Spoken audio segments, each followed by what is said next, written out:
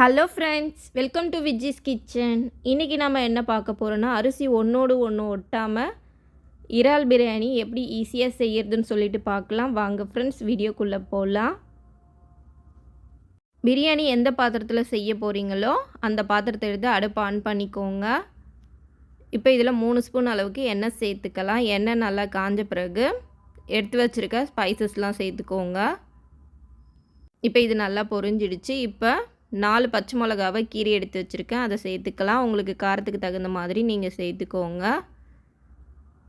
3 வெங்காயத்தை இந்த மாதிரி நீல வாக்கில் நைஸாக கட் பண்ணி வச்சுருக்கேன், அதையும் சேர்த்து நல்லா வதக்கிக்கலாம். வெங்காயம் நல்லா கோல்டன் ப்ரௌனாக நல்லா செவந்து வரணும், அந்த அளவுக்கு நாம் நல்லா வதக்கிக்கணும்.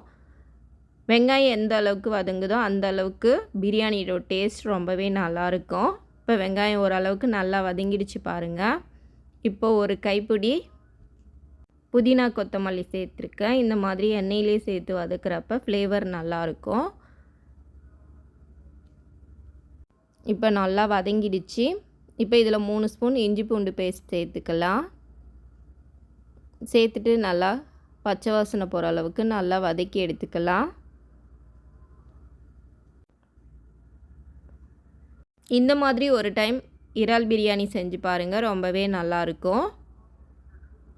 இப்போ இஞ்சி பூண்டு பச்சை வாசனைலாம் போயிடுச்சு. இப்போ 2 தக்காளியை நீல வாக்கில் கட் பண்ணி வச்சுருக்கேன், அதையும் சேர்த்து நல்லா வதக்கிக்கலாம்.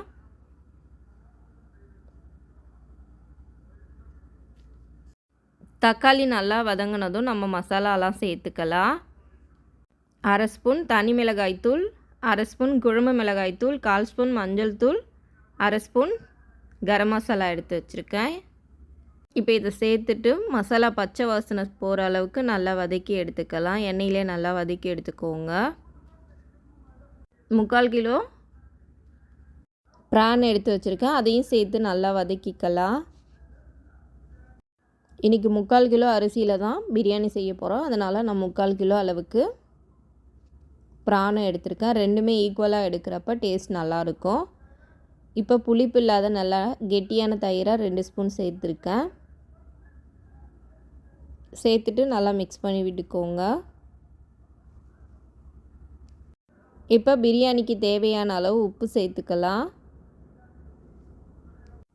இப்போ பிரியாணிக்கு தேவையான அளவு தண்ணி சேர்த்துக்கலாம். நான் 4 கிளாஸ் அளவுக்கு அரிசி எடுத்திருக்கேன், அதுக்கு 5.5 கிளாஸ் அளவுக்கு தண்ணி சேர்த்துக்கலாம், கரெக்டாக இருக்கும். இப்போ இது நல்லா கொதிக்கட்டும். ரைஸை நல்லா வாஷ் பண்ணிவிட்டு 20 நிமிஷம் நல்லா ஊற வச்சு எடுத்து வச்சுருக்கேன். இப்போ தண்ணி இல்லாமல் நல்லா வடிகட்டிட்டு கொதி வந்ததும் சேர்த்துக்கோங்க.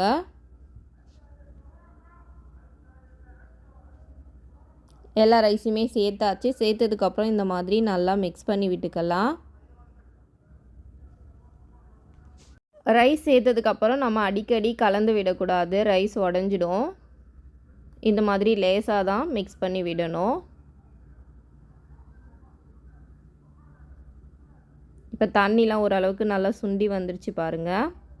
இந்த ஸ்டேஜில் நாம் 4 ஸ்பூன் நெய் சேர்த்துக்கலாம். நெய் சேர்த்துட்டு இந்த மாதிரி மிக்ஸ் பண்ணி விட்டுக்கோங்க. இப்போ தண்ணிலாம் நல்லா வற்றி கரெக்டாக இருக்குது பாருங்கள். இந்த ஸ்டேஜில் நாம் தம் கட்டிக்கலாம். இந்த மாதிரி ரைஸை சமப்படுத்தி விட்டுக்கோங்க. இது மேலே 2 ஸ்பூன் நெய் சேர்த்து ஸ்ப்ரெட் பண்ணி விட்டுக்கலாம். அடியில் ஒரு தோசைக்கல் வச்சு நம்ம ஒரு 15 மினிட்ஸுக்கு மீடியம் ஃப்ளேம்லேயே வச்சு தம் போட்டுக்கலாம்.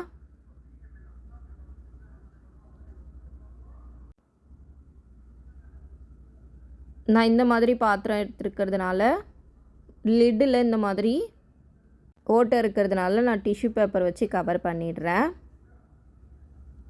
15 மினிட்ஸ் ஆனதும் நம்ம ஓப்பன் பண்ணி பார்க்கலாம். பார்க்கவே நல்லா சூப்பராக இருக்குது பாருங்கள். ரைஸ் ஒன்றோடு ஒன்று ஒட்டவே இல்லை, நல்லா உதிரியாக இருக்குது. நீங்களும் இந்த பிரியாணி ரெசிபியை உங்கள் வீட்டில் ட்ரை பண்ணி பாருங்கள். Thank you friends.